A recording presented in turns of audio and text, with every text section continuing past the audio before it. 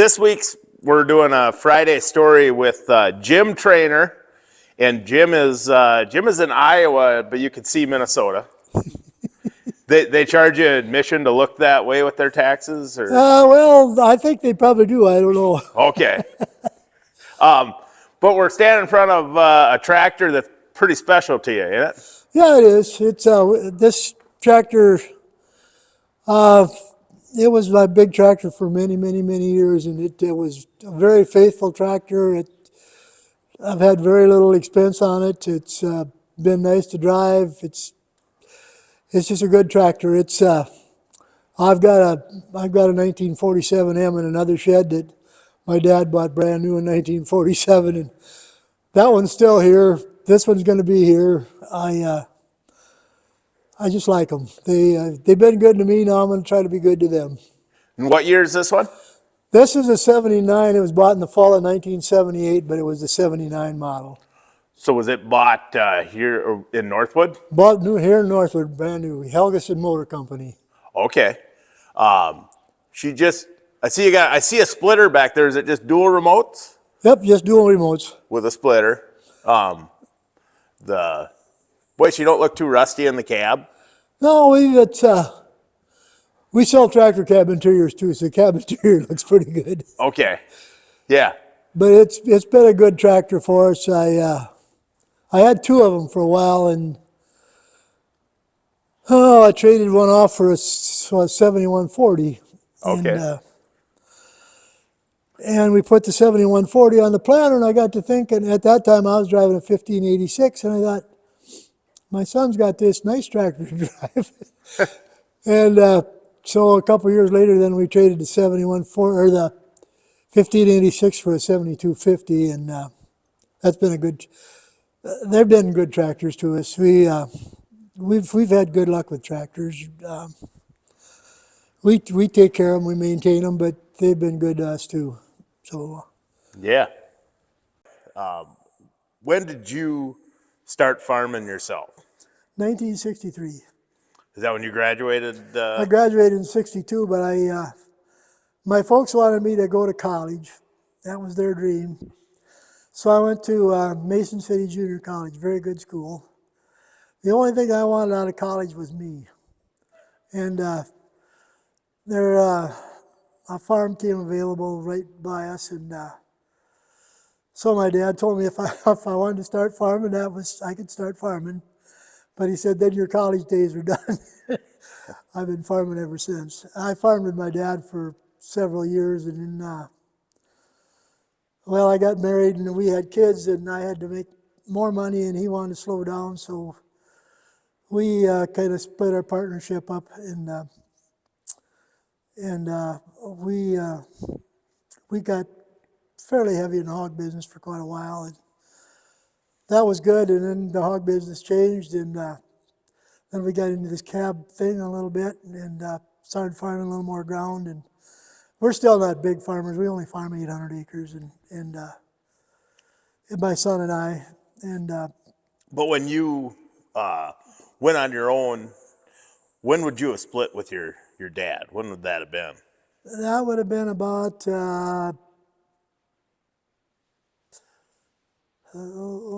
let's see, we got probably about 60. Let's see, I bought a new G900 in '69, and we were split then, so it was probably 67 or 8. Okay, and you were mostly. You weren't really selling cash grain. You were feeding most. We fed it all. We actually bought grain at that time. Okay. So how many pigs were you farrowing back then? Oh, back when I was farming with my dad, we probably were raising about 500 a year or so. Okay. And but then we weren't farming that much ground either. But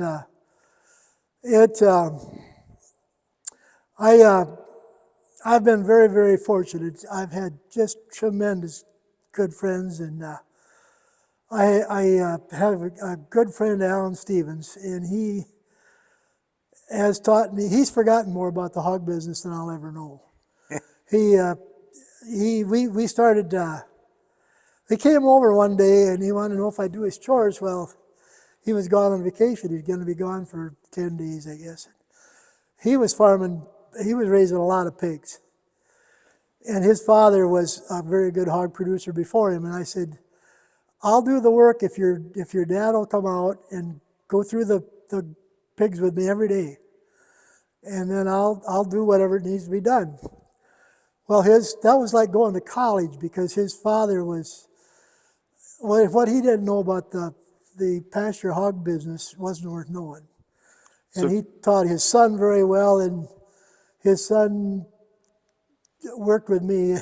I probably wasn't as good a student as he was, but Alan Stevens is the guy that really worked with me, and his father's name was L.G. Stevens, and he'd come from Nebraska. And they were there in Nebraska during the dry years. And so then he moved his family up here, and he was a very, very successful farmer and hog producer and a community leader. And Alan was the same way. And we used to go out and buy boars, and there were 4 of us. Don Torgerson was the head hog buyer at Hormel's at that time, and Cal Brown was a very good hog raiser from the Grafton area, and then Alan and I, and we'd go out and buy boars.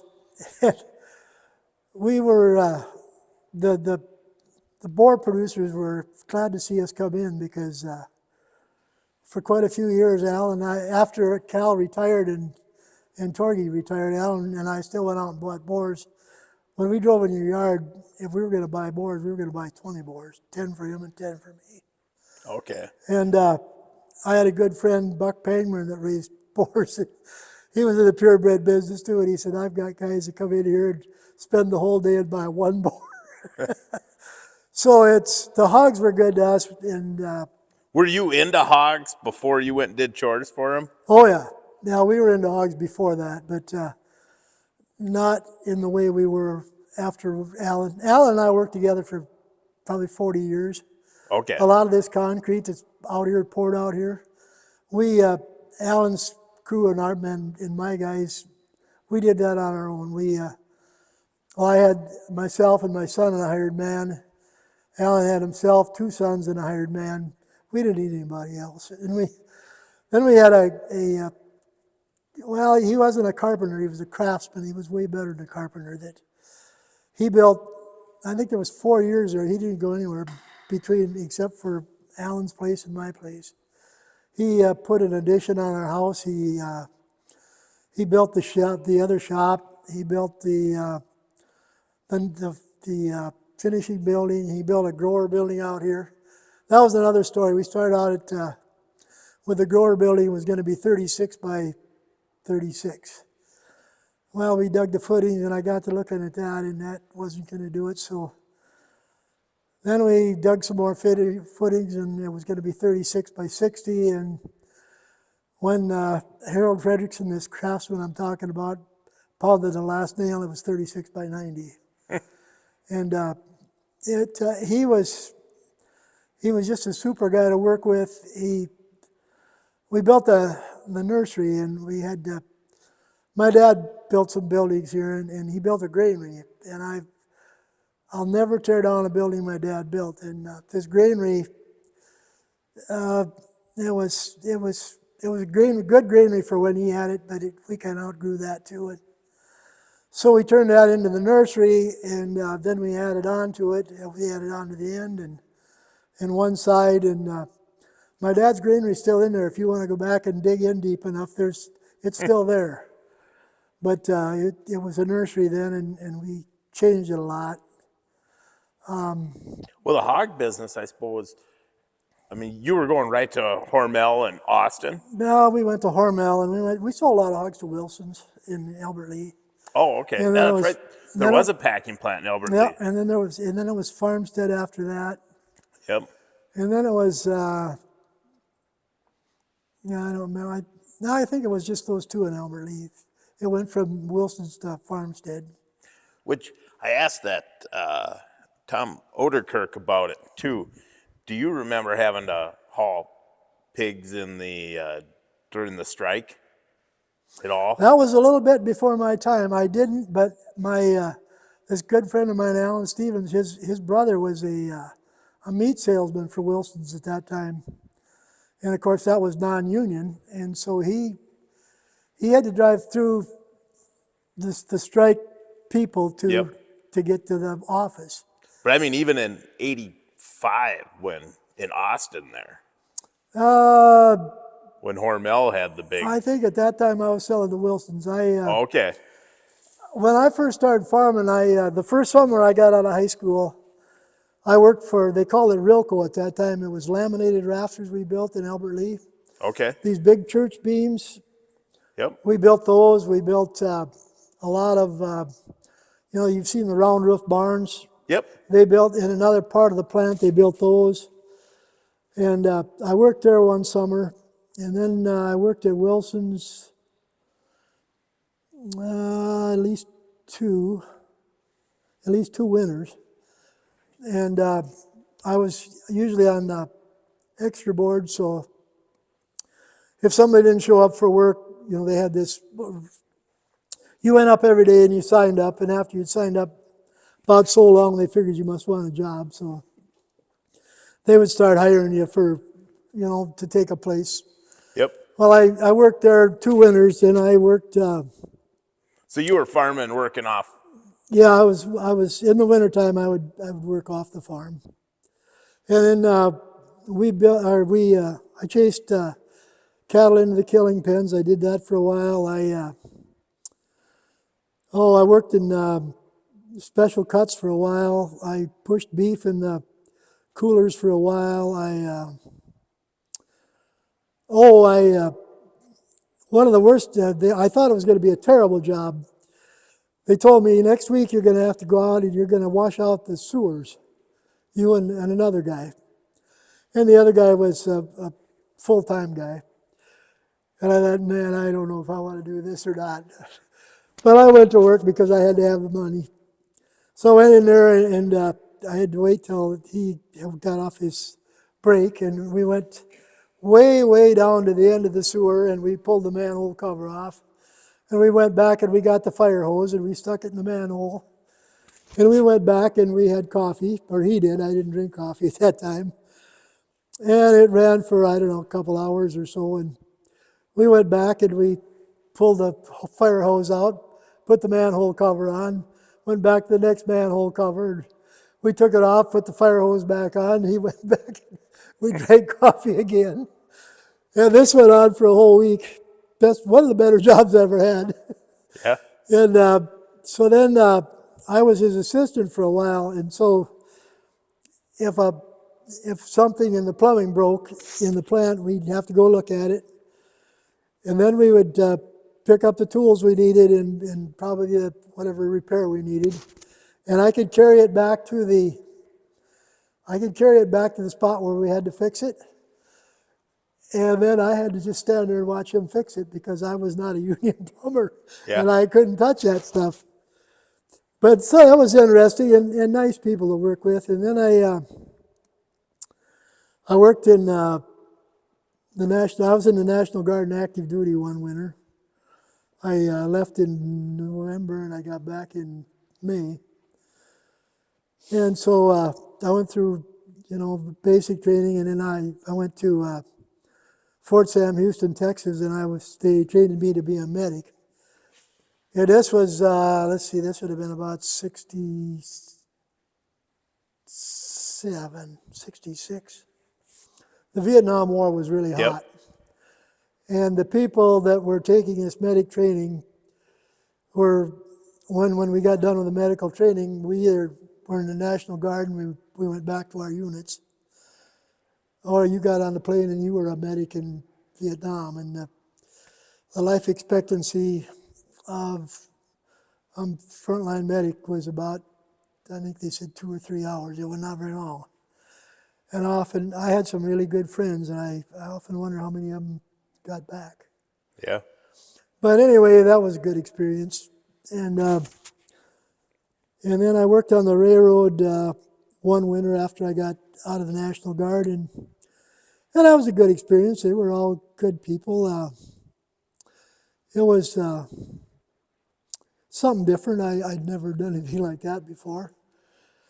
And then after that, we we got heavier in livestock, and I didn't have time to go anywhere else.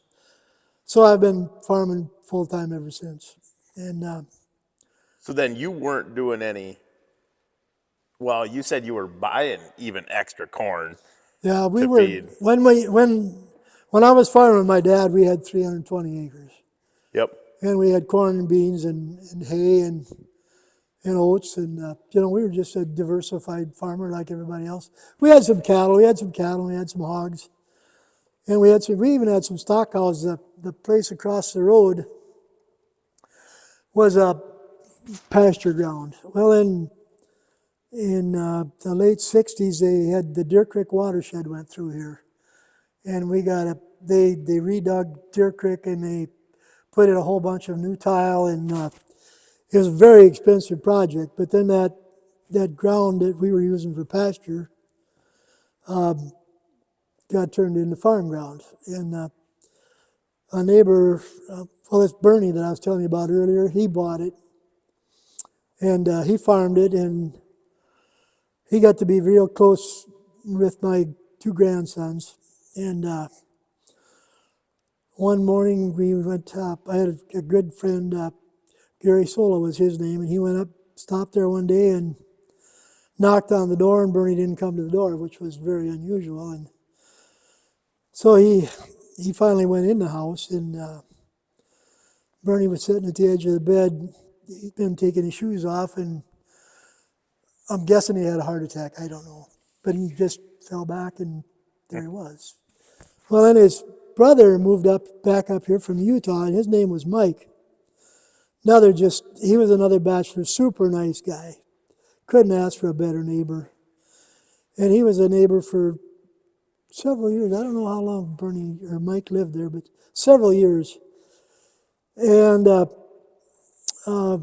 Gary Sola, the same guy that found the first one, had been to our place for something. Anyway, he said he was going to go up and see Mike. And Gary didn't drive real fast, and he came flying in the yard, and he said, "You got to come up to Mike's." And Mike was sitting in his lazy boy. He liked to watch golf. There was golf on TV. He had a bowl of cereal kind of up on his shoulder like this, and or it was in his lap, I guess. Anyway, he was passed on. Never spilled a drop of milk. Yeah.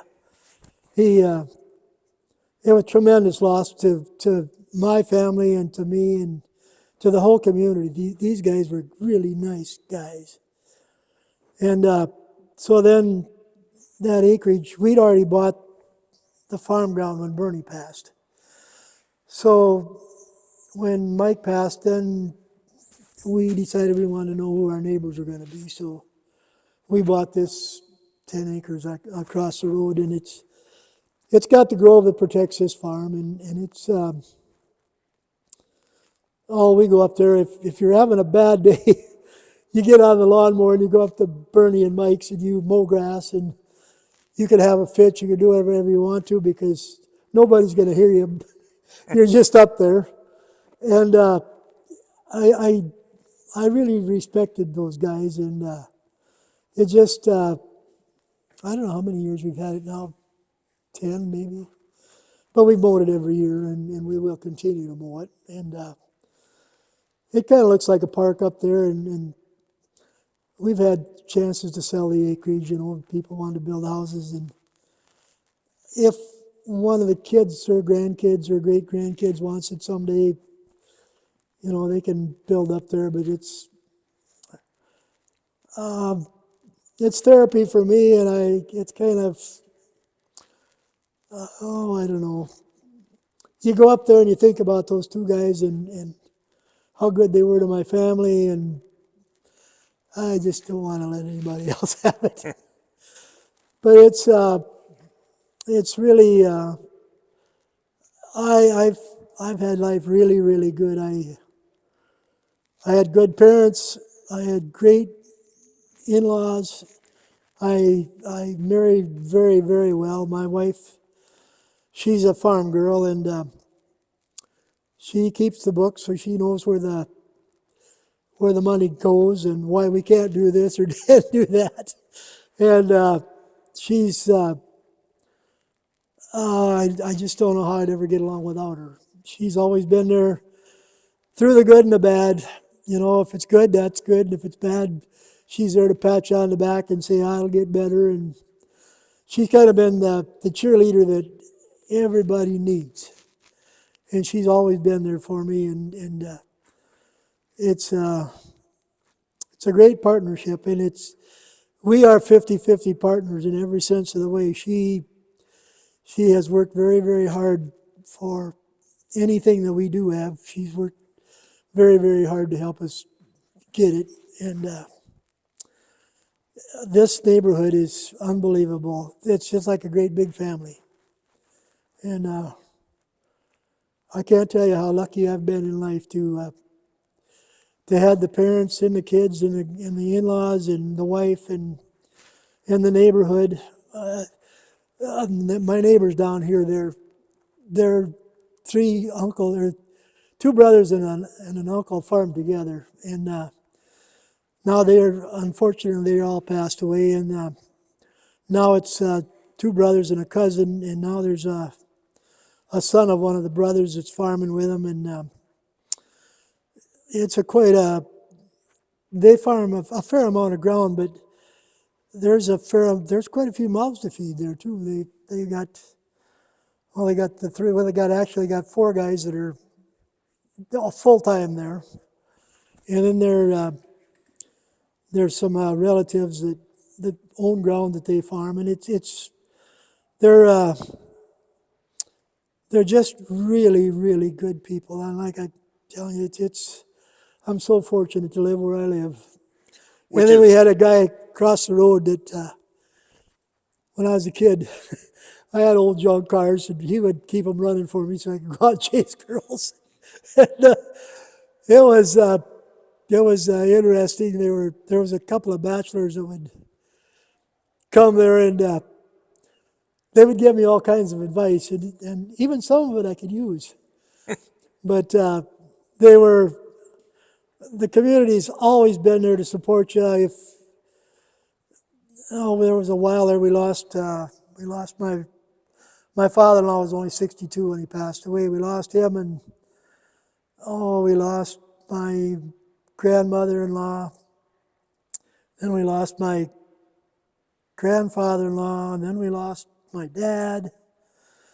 It seemed like every time we turned around, we lost somebody else. And this community, you can't believe how they supported us all the time. And I guess it goes the other way around too. They've had some tremendous losses too. And fortunately, about this time last year, that's when I had my, it was a little earlier than this. It was in October. But I had open heart surgery, and I woke up one morning and it sounded like my neighbor lady. And I got kind of moved around a little bit, and it was my neighbor lady. And my neighbor had a stomach aneurysm, and thank God they got him to the hospital on time, or we might have met across the road. And that's not a good place to meet because the cemetery is across the road from my house. But he's doing very well now, and I'm doing very well, and thank God for keeping us around. And like I say, I've just been so lucky in life that you can't believe it. I hope all my kids and my grandkids and my great-grandkids have it as good as I've had it. And it's not monetary. It's friends you meet and the things you get to do. Right now, I'm a Shriner, and I belong to the Shrine in Garner. And we go out and we give golf cart rides. That's how we make money, and we get people to sponsor the golf carts. And that helps to get more money for the kids. And I've been doing this for 15 years. I have never, ever once been turned down for a donation to the Shriners. And I've got a couple of donators that are very generous. And one of them has been well, both of them. They they they're just doing it because they think it's the thing to do. It's There's a lot of really good people in this world, and Well, that's good.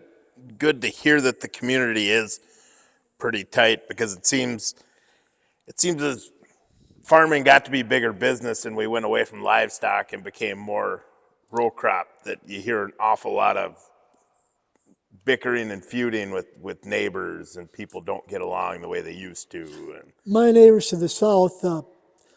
This farm was 160 acres, and then there was another 90 acres on the other side of the fence. And we'd farmed it for quite a few years, and then the lady that owned it passed away, and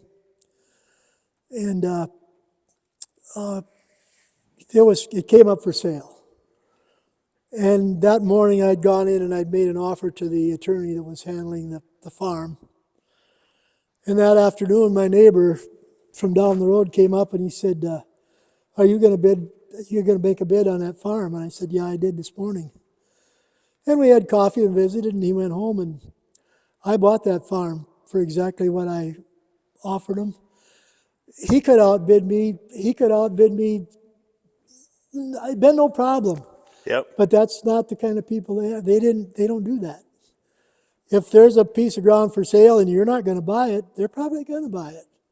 But if you're going to buy it, or they're not going to push you. They're going to leave you alone.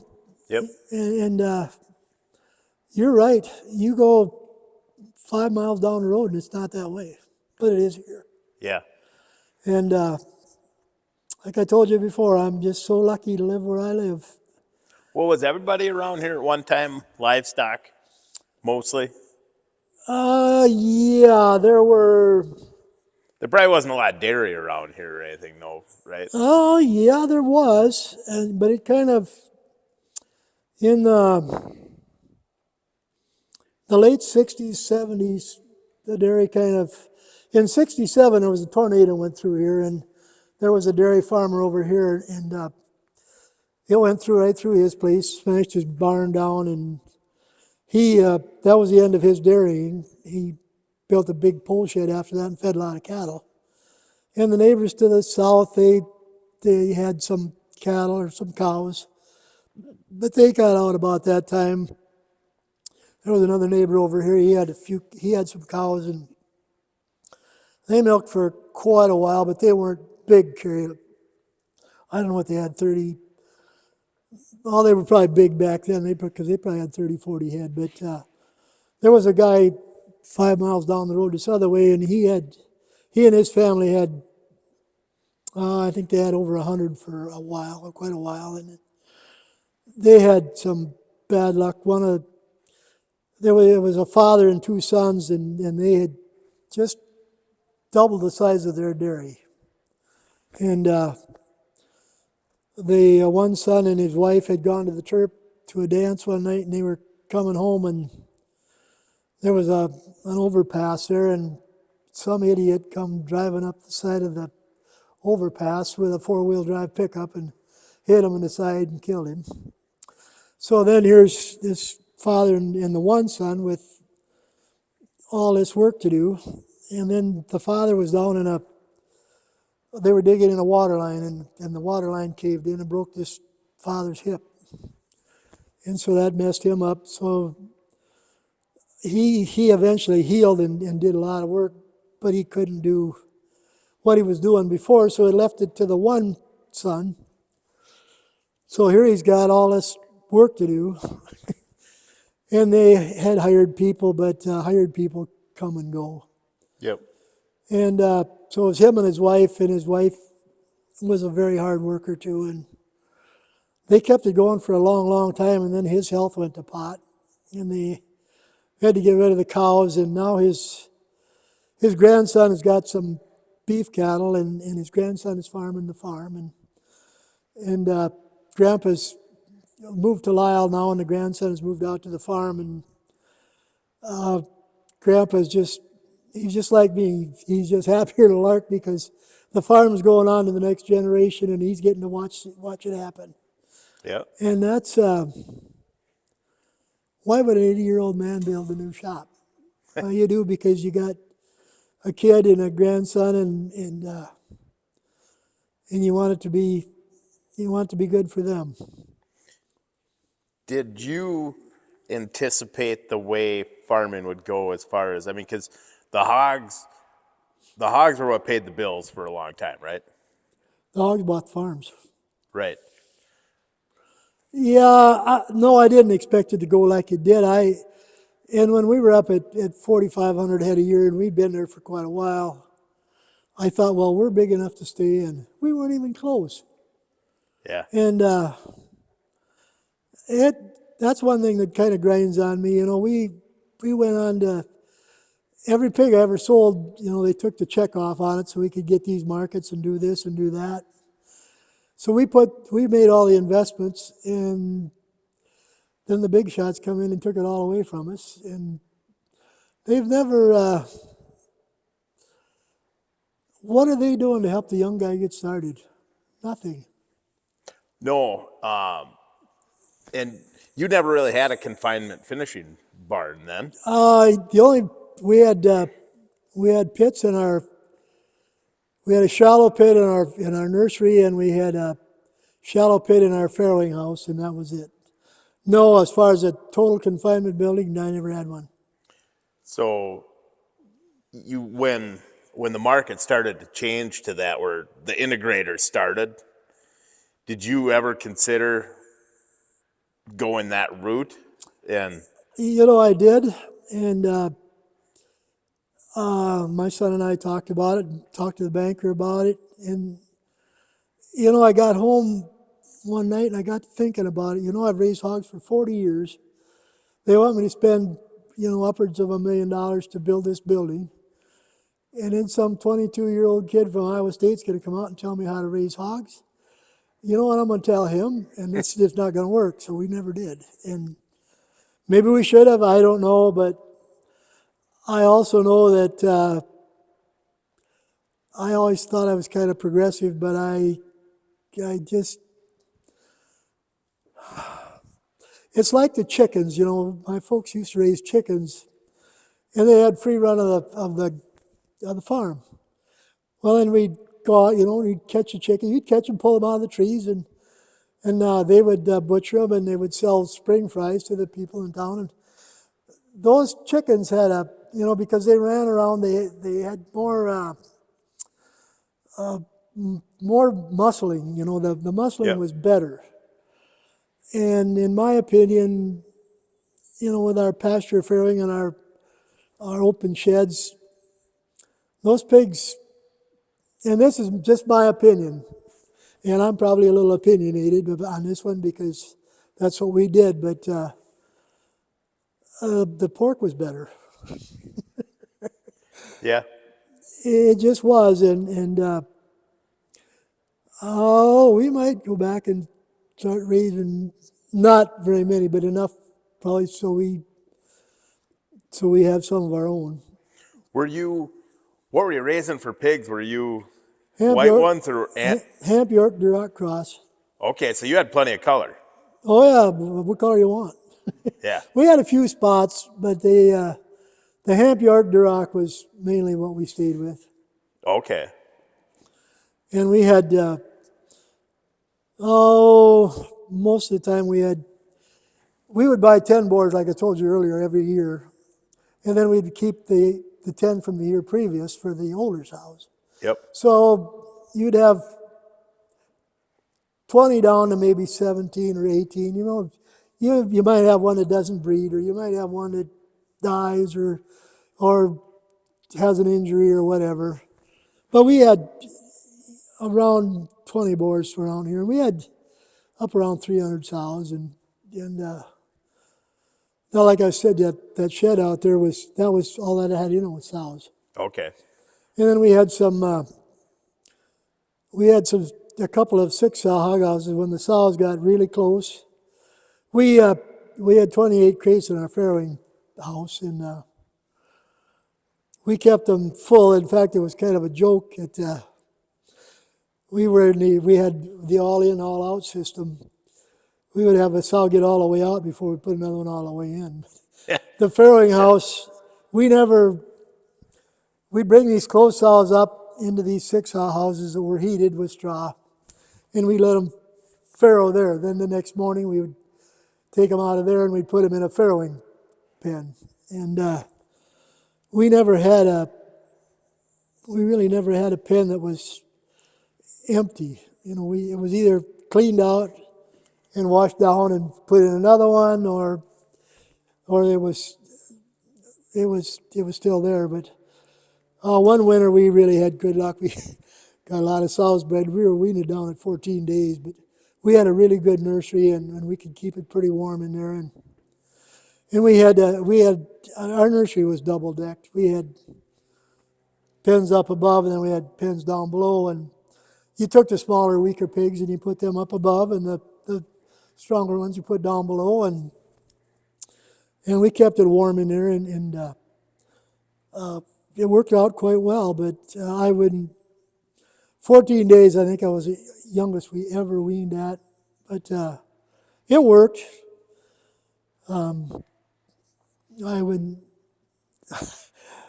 don't know what they wean at now, but at 14 days it was plenty early at the time, but it worked. We had pig starters that were pretty good, and that helped a lot. And we had good ventilation. Yep. And we had a medicating system in there. We had a 100-gallon tank and had a pump on it. And if you had say you had one pen that was that needed medication, we had the water lines out there, so you could medicate a pen, or you could medicate the whole building, or whatever. And so I mean, it was, for the time, it was pretty modern. And like I say, I don't go into those buildings anymore, so I don't know what they got now. But When did you get out of hogs then? oh, I don't remember. Remember? That's probably 20 years ago by now. Okay. But I wish my son would have had the opportunities I had. With this, it was a good way to raise hogs. Yeah, we built a lot of fence. We built a lot of fence. We built fence all summer, every year, because we'd move it every year. But it was clean ground, so you got rid of a lot of problems. And the sows, it's a natural way for a sow to have pigs. And we'd farrow about 10 days in a pen, and then we'd move to another pen, because if you waited much more than 10 days, the big pigs would start robbing from the babies, the newborns. So we just built another pen. We'd have 10, 12 pens out there. And Okay. so we had feeders and waters in every one, and we had shades. And when we had about 100 A houses. We keep moving the A houses. When we move an A house in, we had shades that we put in there, and they still had, they were under a roof. They could get out of the sun, and we kept them. If it was a hot day, that 60 I showed you earlier would probably haul 2,000 or 3,000 gallons of water. We'd water those shades down. We had a 2-inch hose on there, and we just soak it up. Yep. And everybody went in there and kept them cool. And then, at night, if you were going to move sows, you always moved in the evening, because then they had all night to find an A house or whatever they wanted to do before it got hot. Never, ever move pigs, close-up sows in the morning, because they're going to wander. And once they start wandering, they get hot, and you're going to lose some sows. Yep. I learned that the hard way, but, you only had to learn it once. Yeah. Yeah. But there were a lot of little things that I learned from those two guys that I was telling you about earlier. They knew all this stuff. And I had another guy, he was the head of the hog department at Kirkwood Community College in Cedar Rapids. And they would come out every year, and then he'd bring his class out. And they would go through my neighbor's farrowing system and mine, and we would talk to them about farrowing pigs and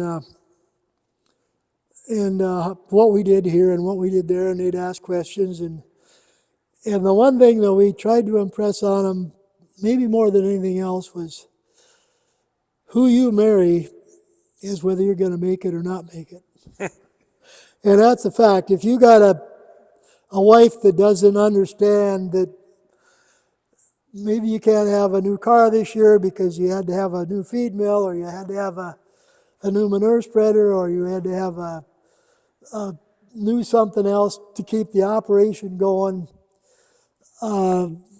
If your partner doesn't, if you're not on the same page, it just doesn't work very well. No. In fact, this is my wife's new house. Well, we got a pretty good house, and we've kept it up. But she's a very easy keeper. We're pretty common people. It doesn't take much to keep us happy. But we want to build something for the next generation, and we're going to make it as hard as we possibly can for these kids to sell any ground. Yeah. My wife and I have made a lot of sacrifices to buy ground and try to keep the farm at a viable size. And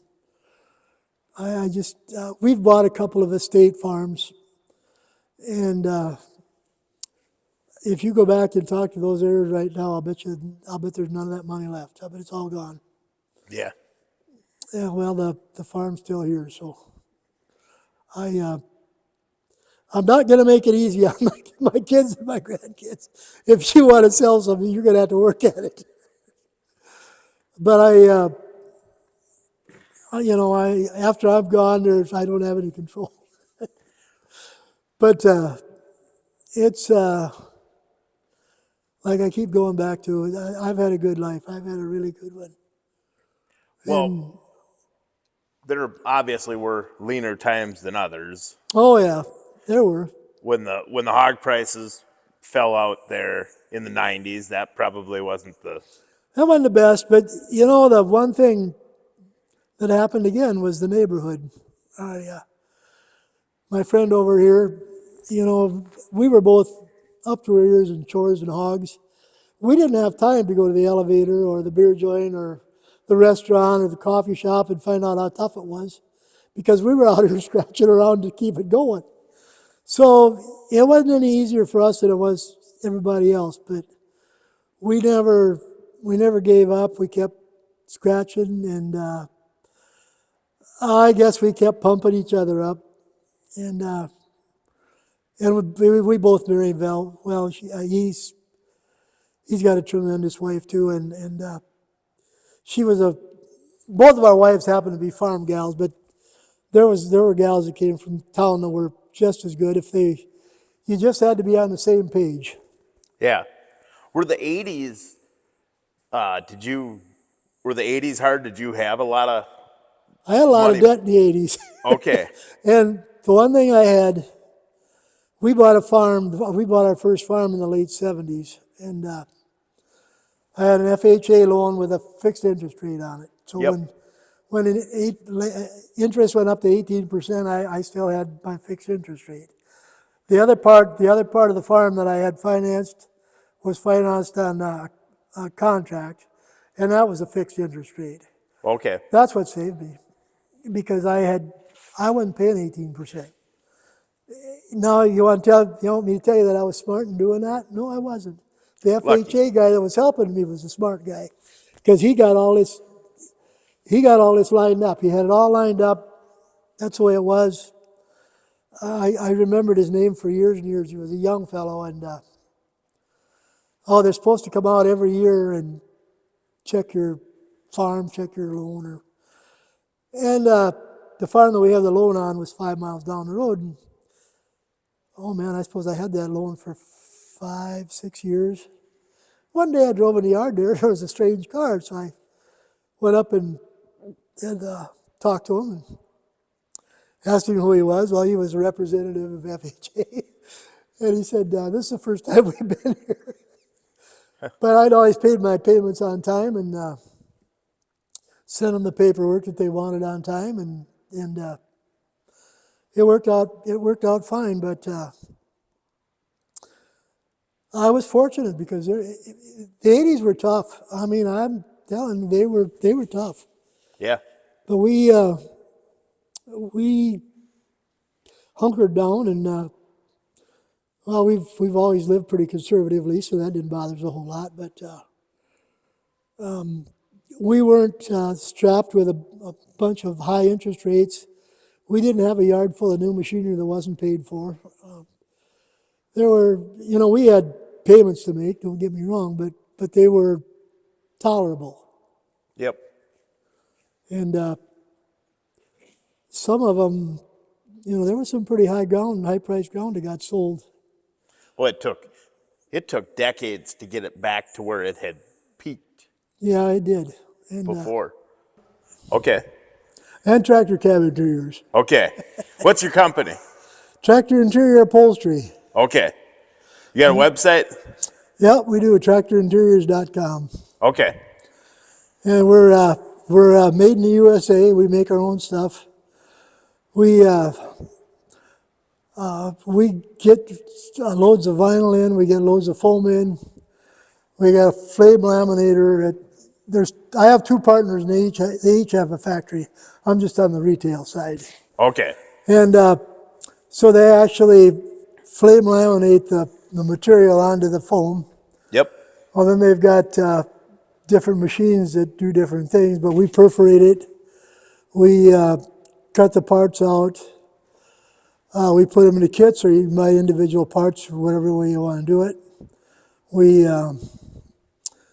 ship FedEx, UPS, and Speedy daily. If you're reasonably close, I'll deliver. My son does some installation, and we've been in business on the retail side, we've probably been in 15, 16 years. On the wholesale manufacturing side, my partner's been in business probably at least 30 years apiece or better. Okay. So we're not the newcomers on the block anymore, and we pride ourselves in the way things are made. We want you to get the parts, take them out of the box, and put them in the tractor. Yep. We don't want you to have cut anything. We have two kits. We have the quick fit kit, which is made with a plastic backing, so you put it on with silicone. Then we also have the glue-in style, where there's no plastic backing. You glue it, you put it on the tractor, and it's cheaper. If you've never put one in before, spend the extra money and buy the quick fit, because the quick fit is forgiving. The glue-in one, once it's stuck, it's stuck. Yeah. But our business has grown tremendously. We make the louvers for the air conditioners. We make the trim panels for the sides of the 30s, 40s, 50s, 55s, and 60s John Deeres. We make some plastic parts for the Magnums. If we don't have a part today, it doesn't mean we won't have it next week. We're making new parts all the time. Well, restoring these 90s tractors is getting to be a big thing. I mean, the collector tractor has gotten a lot newer. Yeah, they have, and we've kind of tried to. When we first started out, we were building cabs or kits for the Hinneker, year-round, Krenlows. We don't do much of that anymore because it's very interesting, but still the Soundguard cab is still one of our better sellers, believe it or not. There's a lot of people out there putting them in, and they're good tractors. 86s and 88s, internationals. The Magnum stuff is good, and the older tractors, like the guys most of the people are buying tractors they saw when they were a kid. Grandpa had one or Dad had one. Yep. Well, those tractors are moving up all the time. They're getting newer and newer. Yeah. So if you're still staying back here with the year-rounds and the Hinnekers, there's nothing wrong with them, but people aren't buying those right now. Yep. They're buying the newer stuff. Yep. But it's been interesting, and if you want to know anything at all about cab materials or cab kits, call us, and if I can't answer it, and I probably can't, if it's on a special, like a special kind of material, but believe me, my two partners can make it. Yep. They know it forwards and backwards. But it's been very interesting for me because I've gotten to meet a lot of really, really nice people. It's been fun for me because we got out of the hog business. I needed something to fill that gap. I had to have something to do, and this has pretty much done it. And my two partners are unbelievably good, and they're really great people to deal with. We're a small company, so we care. If your part don't fit, we want to know because it should have. Yep. And if it doesn't, we change it. If you want to talk to the engineer, I'll give you his phone number. He's there. And we got started about 10 years ago. My son and I, a Saturday afternoon in the summertime, and we were out in front of the shop, and we got a phone call. It was a guy from, I think he was from Nebraska, and he was amazed he got anybody on a Saturday afternoon, and then he was really amazed when he got a guy that actually knew how to fix his problem on a Saturday afternoon. And that was my son, because he had installed one about a week or two before that, and he told the guy what his problem was and how to fix it. Yep. And we want our products to fit, and we want our customers to be happy. And we spend a lot of time with tape measures and just making sure everything fits right. Yep. And it's our colors all match. We got factory colors. If it was black, it's going to be black. If it was burgundy, it's going to be burgundy. If it was multi-brown, it's going to be multi-brown. We got all the original colors, and got them in different thicknesses. We got half, 3/4 inch, 1.25 inch, and 2 inch.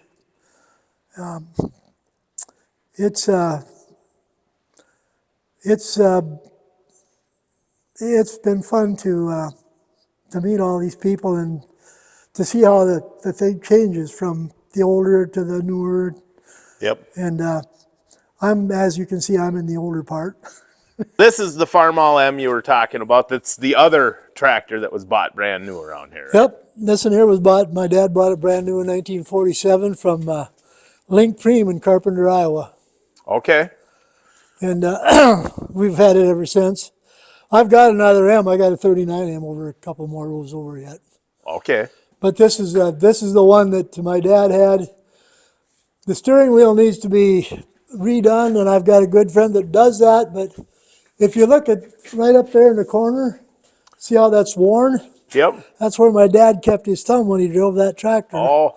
So that steering wheel is never going to get fixed, because then I would lose my little wore out spot. It's got an M&W throttle on it. Yeah, and it's got a Heisler overdrive, and it's got we got an alternator on it. It's changed over to 12 volt. Okay. We did that many years ago. It's got it's got a live pump on it. My dad, he put the live pump on it. He put the overdrive in it. It's got fire crater sleeves and pistons in it. But that was probably a good 50, 55 horse. Maybe? That's probably 50, I would guess. It needs to be repainted again. It's been repainted once, but it was quite a while ago. But it's it's been a good tractor for us. It's, you know, we raised the horsepower up and we pulled it a little hard, so we had to do a little rear end work, but not anything, you know, really bad. But it's just, I don't know how many M's they made. They made a whole lot of them, but this is the only one my dad bought brand new. So that means a lot. It does to me. In fact, I've given it to my son already. It's going to stay in the family, and it's going to stay out on this farm. And Well, and he kept it up. I mean, it's still got the screen in the front from the cultivator. Oh, Did you yeah. ever have a cultivator on it? oh yeah, we did. Okay. Yeah, this screen was gone for quite a while, but I knew it was supposed to have one, and I remember right. This is not the original one, but Okay. it's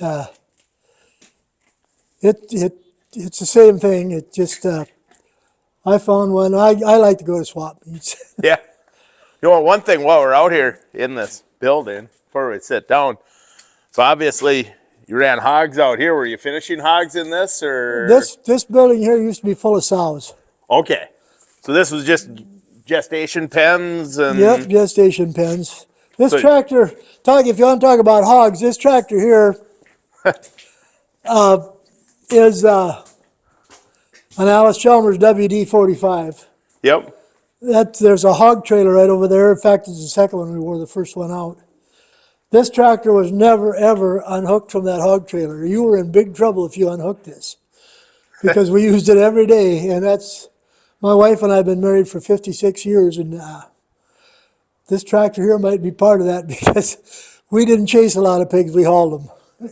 Which, yeah, I suppose if you were running them from here to the farrowing house. Oh, we ran them all over. And these tractors had a piston pump in them, so you could fill that hog trailer as full as you wanted to, and it would pick it right up and down Okay. around we'd go. This the only Alice you got? No, we got a couple more, but this is the newest Alice we have, and this was, I don't know, 54, 55, I think they were made. Okay.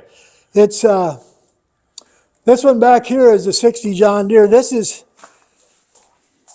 probably the only John Deere you're probably ever going to see around here. But this tractor here we had on the water wagon, and it hauled water for years. For pasture For pigs? pasture pigs. We had hauled at least 1,000 gallons a day every day, all summer. Okay. And so I don't know. I like old tractors, so I just kept it. Oh, yeah. It's This one power steering? yeah, this has power steering. Okay. It's a good tractor. We just haven't. I need to get some of these out and use them again, but it was a good tractor. But Wait. you can. You still got a bunch of hog feeders in here you're getting just in case? No, I just never got around to selling them. Well, now there's enough people that got, a few pigs and stuff. Those are actually worth pretty good money. They probably, Outdoor feeders, you don't. They probably are, but you never know what the kids are going to do. Maybe they're going to need them someday. Well, maybe the hog industry will change again. Everything changes, doesn't it? Yeah, it does. And we used to bring about 1,000 head of pigs up out of the field in the fall. Ah, And we had about 100 hay houses or so. Last summer, to get ready for that shed, I burned hay houses all last summer. well, And then we'll go around to this one. This 560 belonged to my father-in-law. And we've got a load to watch out for the hole in the cement. But this is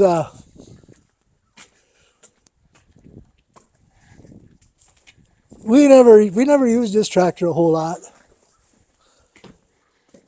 It was like I say, it was my father-in-law's tractor. He used it a lot. But he liked to buy and sell cattle, and he liked to. Oh, if you drove into his yard and you saw a tractor that you liked that was his, he'd sell it to you because he'd go buy another one. He didn't care. I bet he had a dozen 560s in his lifetime. really? And then the tractor in the back is a U Minneapolis Moline. And this is This is what I started farming with. Not this particular one, but a U Minneapolis mowing like that. And Okay. so I bought that on a farm sale one day. A neighbor got killed in a farm accident. And so this tractor, we were there getting ready for his auction. And this tractor come driving in the yard, and it ran like a sewing machine. And all week it was rainy, foggy, just a crappy day. Well, the same thing happened the day of the sale, and the tractor wouldn't start. They had to pull it up in line. And my wife and I were helping a good friend of ours. She had the lunch at the sale, and the auctioneer came in to get a cup of coffee, and my wife said, "Are you going to bid on that tractor or am I?" Because she knew I was kind of interested in it. Well, to make a long story short, the tractor wouldn't start. It had a beat-up loader on it, and we bought this tractor for $500.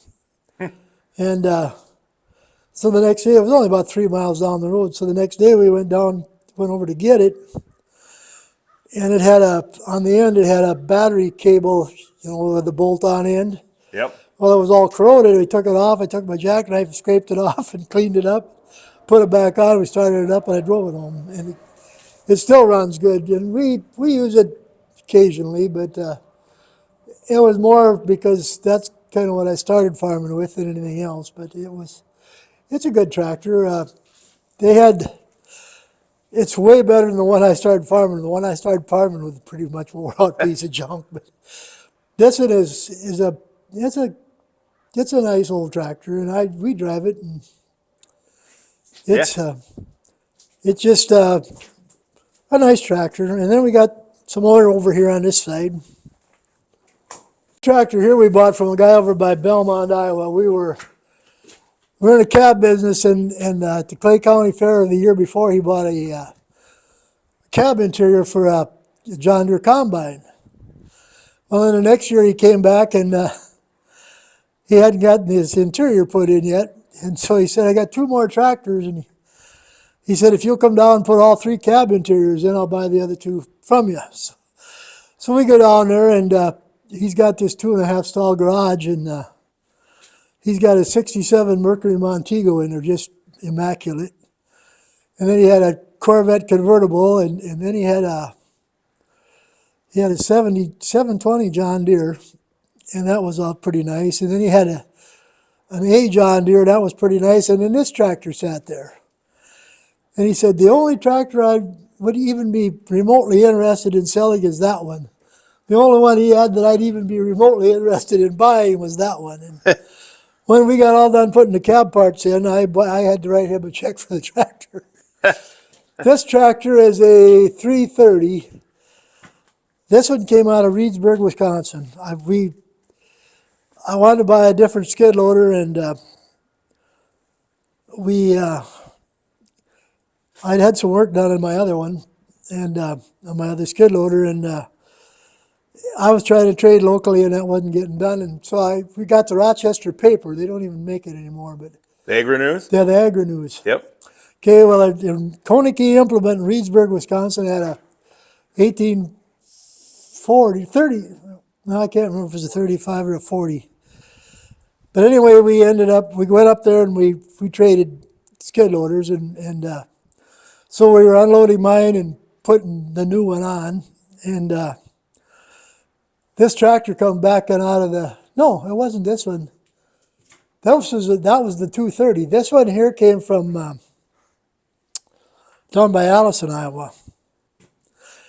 And the guy, he was a tractor jockey. He was buying and selling tractors. And when we bought it, the grill was smashed in, and it had a flat tire on it, and it was kind of rusty. And anyway, the lady came out because her husband was out. He was plowing in tile.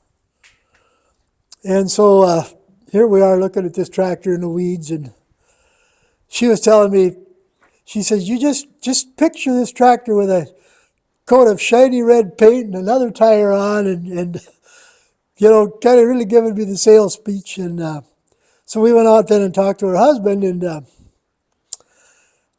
I was telling him what she was saying. He said, I can't believe that. He said, she doesn't say 5 words to anybody.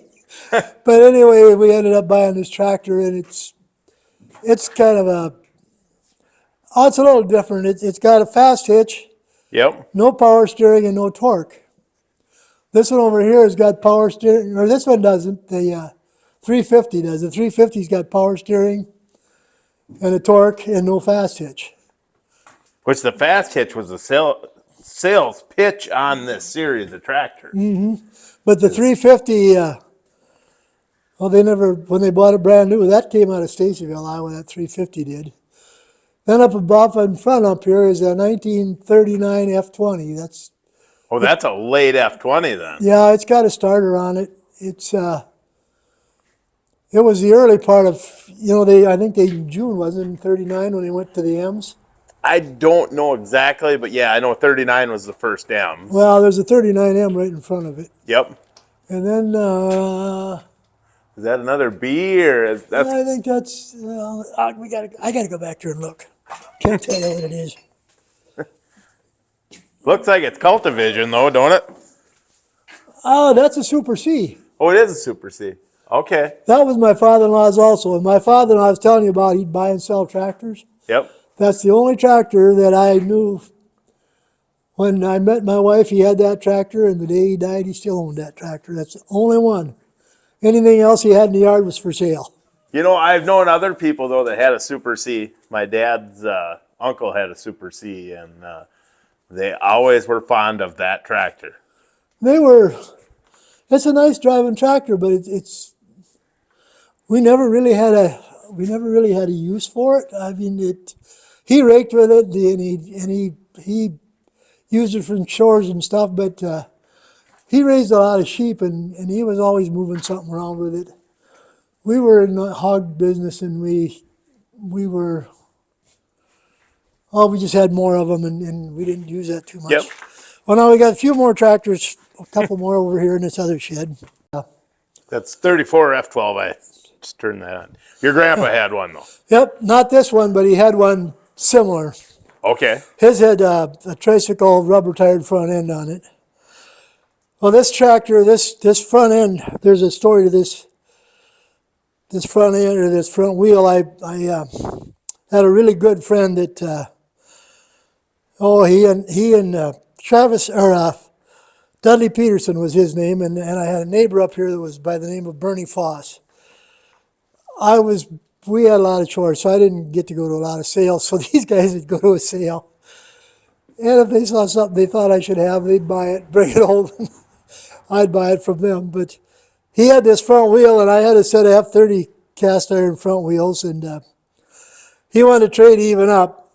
And it would have been a good enough trade, but I didn't want to let my F30 fronts go. So for about 2 or 3 years, we haggled on this wheel.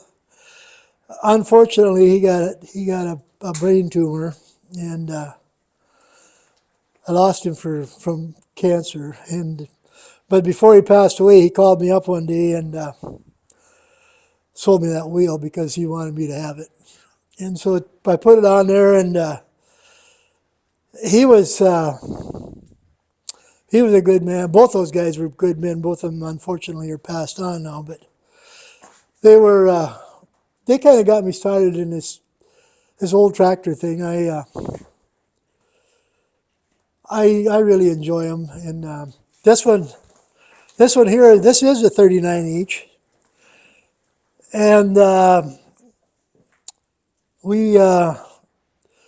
my father-in-law, there used to be an international dealer in Osage, Iowa.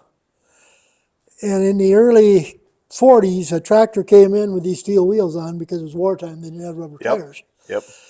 So they sat in this implement shop for years and years and years. Well, finally that dealer went out of business. My father-in-law bought the 4 wheels. And this was a 4-H project for my son Jake. They painted this tractor up. This is a 39 seat, by the way. We've got on our 39M, we don't have the right seat. So this tractor, is kind of a family project. But it's a 39, and it's all the steel's on it. This tractor here is a 1934 WC, and it should have had a seat like that one on it. This was, they called it a deluxe seat. Okay. And this actually belongs to my wife. It was a really good friend of ours bought this tractor brand new in 1934. Huh. And before he passed away, we got the tractor. These are the original. These are the original tires. They're shot now finally, but you know they didn't blow out till about last year. So those tires are old. Oh yeah. The next one on the other side is a WC also. That's a 1937. Yep. That's the first one I ever. That's the first old tractor I ever bought. And then we were doing some tractor pulling at the time, so we took the 24-inch tires off and we put some 28s on off a newer WC that had a cast center, so they were heavier. Yep. But those wheel weights that are on the back axle, they're international weights, and we were going to go to a tractor pull, and my dad wanted to drive that tractor. So he put those weights on the tractor, and they've been on there ever since, and he's been gone for a long time. But, you know, they can stay there. He put them on, they can just stay there. Yeah. Well, and this tractor here is a 1946 T9 crawler. It's a gas model. It's You see TD9s probably more than T9s, don't you? yeah, I think so. But this tractor went to Iowa State College. There's a serial number on it. There's a little sticker on the back, and there's a serial number that said Iowa State College, not Iowa State University, Iowa State College. Okay. Well, I bought it from a guy in Granada, Minnesota, and well, it's a long story. I had a granddaughter that was going to go to she'd won a local tractor pedal pull, so she was going to go to Nebraska to this international pull, and to get me to go along anyway, we had to go through Granada, Minnesota, and look at this tractor. Well, that's kind of a long ways to get to Nebraska from here, but anyway, I ended up giving the guy a down payment on the tractor and I told him I'd take it when I got back, and he showed me another one he had sitting in the corner of his lawn. And he said, you can have all the parts you want off of that one, just take them, that's part of the deal. So we went up there and we got this one all loaded up, and we had 2 trailers, and we decided we better take all the other parts because we don't know what this needs for sure. Yep. And that lady took us, it was a rainy day, she took us in for dinner. She gave us dinner, she gave us some jackets to put on when we were loading this up. And when we got all done, we were thanking her for that. She said, well, I'm just glad to get rid of that other one off the corner of my lawn. She said, I'm looking at that junker long enough. So anyway, we bought it. This one, we had it running last summer. We haven't had it running yet this year. But it does run, and it's got hydraulic on it. Yep. And, we've pushed a bunch of trees with it. It's a good running old tractor. Yeah. And it's kind of fun. Well, and this tractor over here is a 1934 W30. And that same gentleman that I was telling you about sold me that tractor also. So that's a standard version of an F30. Yep. It's a W30 is what this one is. Yep. And so we got that, and that's, like you see, I got a flat tire now, but I think that one there fits on there, so we'll put that on. This is probably the oldest tractor I got. This is a 1925 1020. Yep. And it has a brass mag and a brass carburetor, and I've had it running. It's been a long time since it ran, but I've had it running. These these bands here go on the front wheels. These are new guide bands. As you can see, those are pretty well worn out. Yep. Well, there's a brand new set there, but it's it ran once. It's all there. It's all complete, but I don't know. We bought some other tractors had more interest in. And, Yeah. Well, 1020s were pretty common. oh yeah. Well, I bought this, actually, there's a story to this one too. That same guy, the 13th of May is my birthday, and we were done planting corn on the 13th of May. And it was a rainy day, and a guy that I was buying feed from at the time for the hogs lived over in the Bancroft area. And so this tractor was over there, it belonged to a guy over there, and he passed away, and his son had it, and his son wanted to get rid of it. He didn't want it. So we went over there and bought the tractor, brought it home, got it running, and we had it to a couple of shows and put it in the shed. It's been here ever since. But it's all there. It's all complete, and it's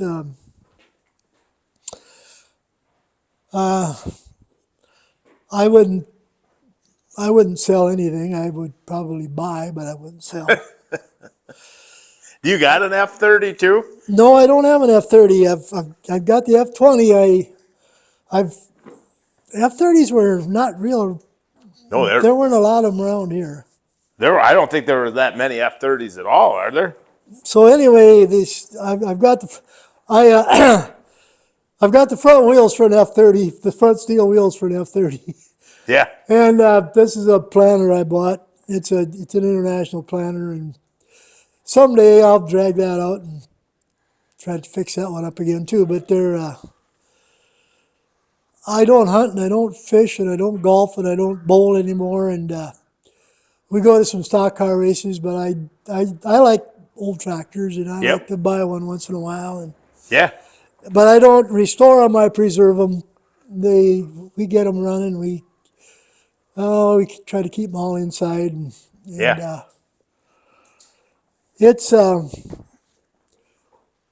it's fun. Yeah. And like I said, there's a story behind every one. We got a few gas engines too, but let's see. There's one. We got a 6-horse Type M, and we got a 1-horse mogul. That's probably the most rare engine I got. And then we got a 1.5-horse Type M and a 3-horse Type M. We got a couple of we got a 1.5, 2.5 LA. Then we got a 3.5, 5 LA.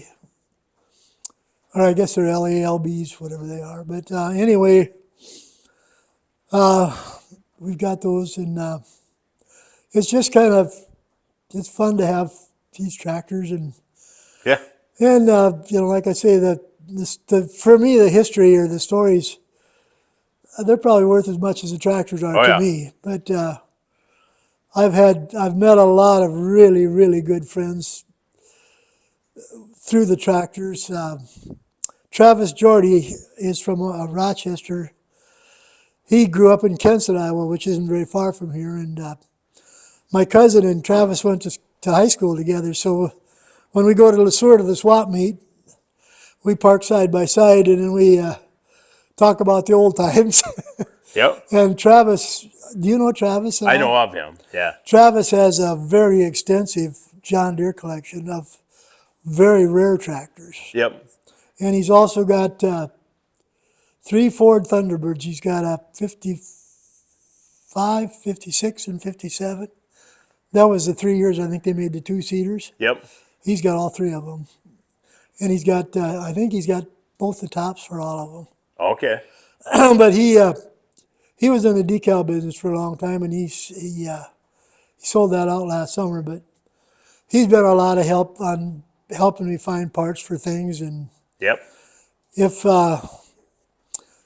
there's one around, Travis knows where it's at. Yep. And he was an industrial arts teacher in Rochester for many, many, many years. He's very talented. Yep. That's my problem. I don't really have any talent. But we do collect some old tractors, and they are fun. And I should get them out more. You can see by the dust that's on them. They haven't been out for a long time. But when I get old. There you go. All right. But the tractor thing's been good for me. It's been a lot of fun, and it's something that my son and I have done something together with, and my grandson has helped some, and I got some great grandchildren now that are coming up, and Brady has 2 daughters, and maybe they'll like to play with old tractors someday. I don't know. Yeah. But I have another granddaughter in Norwalk, Iowa, and then I have 2 grandsons in Albert Lee, and maybe they'll be interested. But Yeah.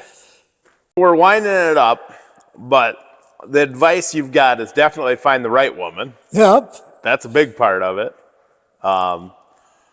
And the hog business isn't what it is, so you're not recommending hog production.